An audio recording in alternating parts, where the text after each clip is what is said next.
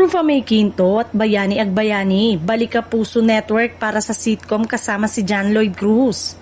Usap-usapan ngayon ang pagbabalik sa bakuran ng GMA Network ni Rufa May Quinto at Bayani Agbayani para sa isang bagong sitcom na kanilang pagbibidan kasama ang award-winning actor na si John Lloyd Cruz. Ayon sa mga ulat, isa itong malaking proyekto ng Kapuso Network na inaasahang magdadala ng kakaibang aliw sa primetime television.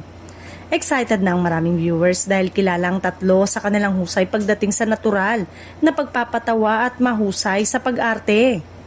Matatandang matagal na ring hindi napapanood sa isang comedy project si Rufa May at Bayani sa Kapuso Network. Kaya naman maraming fans ang natuwa sa kanilang pagbabalik.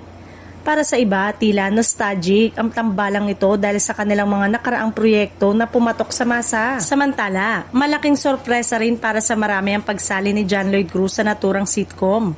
Kilala man siya sa mga seryosong papel at romantic drama. Napatunayan na rin niyang mahusay siya sa comedy, kaya inaabangan kung anong klaseng karakter ang kanyang gagampanan. Dahil sa kombinasyon ng veteranong komedyante ni Rufa at Bayani at sa kakaibang charm ni John Lloyd. Marami ang naniniwalang magiging isa ito sa pinakamalaking comedy offerings ng Kapuso Network sa mga susunod na buwan. Sa ngayon, wala pang inilalabas na kompletong detalye hinggil sa title, time slot at kabuuang cast ng sitcom. Gayunpaman, marami na ang umaasang magiging hit ito at muling magpapasaya sa telebisyon.